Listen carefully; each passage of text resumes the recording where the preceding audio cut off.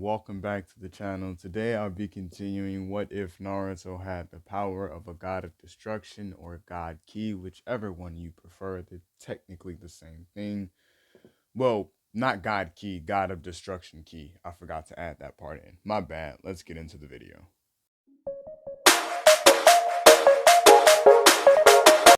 We open this part up with Naruto basically reaching the Leaf Village and like he's trying to hold his composure because he know like he don't want to prove nobody really right because everybody hold the Nine Tails in a negative light. So if he go in there and just start blowing shit up, I just dropped something in my room. No matter. You know that could be an issue, and he kind of just be proving everybody right. So he goes to the Hokage's office, and as he goes there, now I said a whole bunch of elders and stuff met him there, but there were still a few people behind. So he starts walking throughout the offices, and since no other elders have came back, and Naruto's the only one that has been seen from that, everybody's kind of like panicking, because they obviously know what the fuck just happened. Everybody saw that big ball of purple over there in the woods. Anyway, and after a while, as Naruto's sitting there having a talk with the rest of the elders, they start getting reports of some of the ninja and elders that went out there to go get Naruto or to go see what was going on. They're starting to come back, and some of them are carrying the bodies of their fucking friends or the dust of their friends and some more stuff like that. But half of the elders from both the Leaf and Sand are basically dead, right? So boom, Naruto ends up sensing he ends up sensing that the Hinata and Neji approaching. So he ends up, cutting his little conversation with the elders short, and he just leaves. And after he leaves, the elders breathe like a sigh of relief.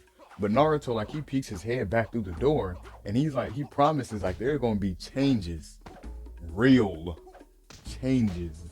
And then he leaves. And that whole statement just kind of sent shivers down the elder's spine and everybody else who was in the room, right? But as Jiraiya and Hinata, as Jiraiya, Lee, I keep forgetting that little girl name. As Jiraiya, Lee, Hinata, and I keep forgetting that Tsunade walk into the village. Of course, Lee and Hinata was walking ahead of them. They left far beforehand. But as Naruto sees Jiraiya heading into the village, Jiraiya spots Naruto and is like, so I guess it won't be that easy after all. Naruto, he comes down and he completely ignores Jiraiya for the first few minutes, and he asks Tsunade, how did Neji learn a technique almost specific to her, right? And at this point in time, they had already came up with a type of plan to feign ignorance, oh, she got beat up real bad, or you messed her up real bad, Naruto. She can't really answer any questions right now, right? So she's trying to stay passed out. But Naruto, this frustrates him because he notes your jutsu's activated, your 100 healings.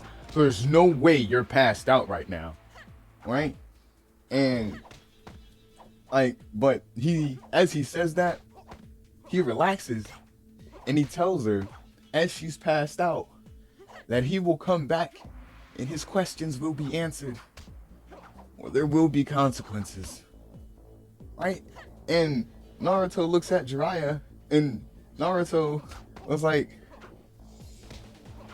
I see you got loyal. I see where your loyalties lie. And Naruto, he kind of flies off, and Jiraiya was like, I don't understand. Right? So boom, he gets Tsunade to the hospital, or to the medical center, and Naruto is basically sitting in the other room watching Tsunade bandage herself up and try to keep herself from dying. So for the next 3 hours, that's where Naruto's at. He's not training, he's not off doing anything else. He wants to watch Tsunade stop herself from perishing. Anyway, so after a few minutes of that happened, after a few hours of that, Jiraiya finally tells him, Naruto, you didn't have to do that. And Naruto looks at Jiraiya with this face, and he's like, well, what do you mean? She taught the enemy a technique that could have dangerously injured me. I mean, you saw it. Me and her were toe to toe at some point in time. If it was not for my immense power, Neji could have probably killed me. And I hate to say this, but y'all don't know what's going on with the Nine Tails. And Naruto has like this big ass grin, ear to ear, and like this, like, cause Jiraiya kind of remembers everybody went there and was asking questions, but nobody was asking the right questions. So like Jiraiya leans in and he asks Naruto, he's like, Naruto, what did you do? Right? And Naruto, he puts it bluntly, I destroyed the seal and the Nine Tails, and Nine Tails is happy, so let out a little bit of energy. Besides that, we chilling, we fine, everything good. Nine Tails ain't the same being y'all know, but he's still there, right? And like that sentence right there, like sends like messages, like red flags all throughout Jiraiya's head. Like, what do you mean he's not the same Nine Tails that we know? Like, there's only one Nine Tails, Naruto. What are you talking about? And Naruto's like, don't worry about it. Don't worry about it. Anyway, he gets up and he walks into Tsunade's room, because at this point in time, she's done trying to, what's her face? She got herself together, She had a few other medical ninja in there helping her. But once Naruto walked into the room, everybody literally scattered like roaches, right? Because everybody knew who messed her up. Because there's not too many people that can leave perfectly sized holes in your body and then not just be able to come back. Anyway, so Naruto, like, as he walks into the room, he grabs like a little knife, like a little medical knife. And he's like, that was impressive. You keeping yourself alive like that. I watched it, the whole 3 hours of it, from right beyond that glass, right? And Naruto, like, as he's talking, he tells her, like, I bet you couldn't even notice, because I don't have any chakra anymore, right? Now, at this point in time, Jiraiya can hear what Naruto's saying. So he, along with Tsunade, is baffled. Like, what do you mean you just don't have chakra? What? And Naruto, as he's continued to go, he tell her, like, this isn't time for your questions. It's mine. It's my time, right? So he gets close to her, and he grabs her arm, and she's still in pain, so she winces from it. And Naruto was like, oh, it still hurts. That's good, right? So he grabs her arm harder, and he asks her in the politest tone he possibly can, where did Neji learn her technique from? And who else was involved? Right? And like, she looks through the glass because she can sense Jiraiya on the other end, right? And at this point in time, Jiraiya, like, he kind of walks into the room and he like, Naruto, you don't have to do this. And Naruto, like, his destruction energy flares up, and he's like, no, you don't understand. I'm tired of being plotted against.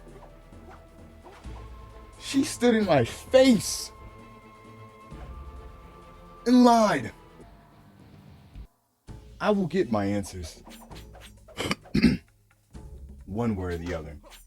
And like, Naruto grabs her and he answer me, whatever. And Tsunade yells, like, you killed most of them. The only other people that are left are Tanzo and Orochimaru. And like, to that, Naruto, like, that kind of, or like, it was research from Orochimaru. Like, she basically just spilled everything. They had research from Orochimaru and some more shit like that. So this kind of makes Naruto's anger for Orochimaru boil over even more. And like, he lets go of Tsunade, and Tsunade was like, so what now? You gonna destroy me? And Naruto looks at her and was like, I don't fucking care about you enough to waste my time. You ain't nothing too much of importance anyway. You couldn't even keep a secret. Right? And he walks out the room, and Jiraiya, like, he walks up to Tsunade, and Tsunade was like, just get out, right? And Jiraiya, he shrugs his shoulders and was like, I told you, I might not be able to stop him. And like, as Jiraiya leaves the room, she kind of thinks on what Naruto's told her, like, she chose the even though Naruto could have been a bad person, she did choose the wrong side. Cause, it's the show not, anyway. Yeah, I'm not trying to get into that. So Naruto leaves and he goes to try to find Danzo. But Danzo, already knowing that half the fucking Leaf Village elders have died, he's about taking half of everybody that he knows and taking them to the ground. Right? So after a few days pass, they think everything's good. And then one of their entrances to the Anbu Black Ops little base ends up open. Just open. So, this obviously sets off red flags everywhere. So fucking the whole Anbu Black Ops is frantically looking and trying to dispose of any evidence. And at this point in time, Danzo, he's kind of panicking. Because if somebody finds out that he's been cooperating with Orochimaru and stealing research and doing a whole bunch of other shit, somebody's gonna be upset. There's no way nobody strong is gonna be after him, right? So he orders all of his men to try to move everything to the second storage. But as they're moving, they hear footsteps, and it's not just one person, it's three, right? And it's three. And as they're moving through Naruto, they see Naruto, Lee, and Hinata. Now at this point in time, they're just, Hinata's down here, Lee, but they're not really thinking too much. So Danzo tried to tell him, you should get from down here. This is top secret area. You can't be down here, whatever. And Naruto tells him you're the ones who turned Neji into a weapon to fight me. So now I've come to return the favor. Since there are no more shadows, right? And as he says this, Hinata gets into the Hyuga stance, and Neji, Lee activates his God Ki, and Naruto, he's I really hope that you got something that's worthwhile, because if not, this is gonna be a quick and easy fight. And they start fighting. Right now, at the point in time, Hinata isn't really able to do much because she hasn't been training with Naruto or Lee long enough, and the only person that's really doing shit, in all honesty, is Lee and Naruto. And Naruto's because he's strong, and Lee, he's also strong. But Lee has God Ki and is physically more combat driven than Hinata would be at this point in time, especially with his Amp and God Ki, which amps his strength, speed, and agility all in the same time. Anyway, so after a while, Danzo kind of realized he gotta do something. He gotta pull something up out his sleeve, and he literally thinks, my sleeve, and he pulls it off and he activates one of his eyes, and it basically sets time just a little bit further back, right?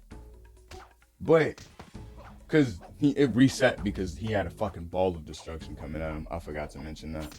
But yeah, it resets, and Naruto notices this, and he takes it upon himself to go and physically fight Danzo now. So now it's Neji and Lee, not Neji, Lee and Hinata fighting the remaining of the Black Ops Anbu members. But Lee's putting in work. Hinata's also doing well, but Lee's putting in work. Anyway, so Naruto, as he fights Danzo's basically trying to explain to him he's they could use him as an asset. They could rebuild the Anbu Black Ops. You could be you could be his second in command and some more stuff. And Naruto ain't really trying to hear it. And as Danzo's talking, Naruto grabs the arm with the Sharingan in it and erases it. And this shins red flags all throughout. This scares the fuck out of Danzo because he thought he dodged Naruto's last attack. And Naruto, looking at him, he starts laughing you talk too much. And after all of his other Black Ops members see that Danzo just lost the one thing that made him abnormally fucking strong, they start trying to run away. Right? So like left, right, all up in the other directions. And Naruto explicitly tells Lee not to allow anybody to escape. Right? I don't care if you like you gotta literally beat their head into the floor. None of these people escape. Right? And Lee he charges up again, basically activating what you would call his second God Gate. I'm gonna just call it. I don't fucking know. You got God Key. Leave me alone. Anyway, yeah, so he powers up again, basically going into like his little second stage. And he starts moving faster to start knocking, like basically knocking the people off the little entrances, because there's like a little labyrinth down there, if I'm not mistaken. Anyway, as all of that's going on, fucking Naruto walks up to Danzo and tells him, like, I guess the jig's up. And Danzo like tells him, like, what are you gonna do now? And Naruto, he's like, oh, well, first he grabs him and he's like, I want you to go and tell everybody in the Leaf Village what you've done down here. And Danzo's like, and if I don't? And Naruto tells him, well, I like my version of justice a lot better.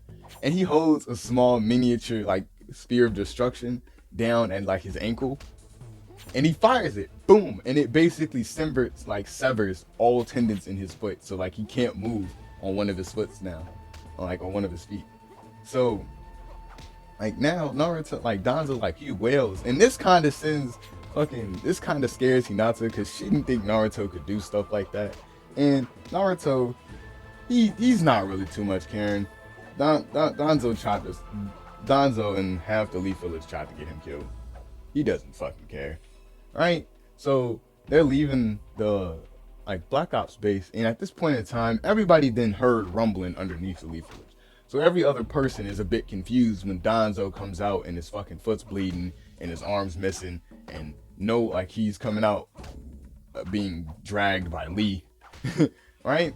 Anyway, so as like all that's happening, now at this point in time, by the time they get to the Hokage's office, which is now like a small council, it's a council between Kakashi, Jiraiya, I can't remember that other dude. It's a few other Shinobi that every Naruto fan would know in there. I just forget their names. Leave me alone. Anyway, yeah. So as all of that's going on, Naruto basically bursts into the room, and Lee slides Danzo into the room, and everybody's like, the fuck did you find him? Anyway, this is where I'm ending this part off. If you enjoyed the video, drop a like. If you enjoy my content, please subscribe. Anyway, this has been Shinobi. Peace.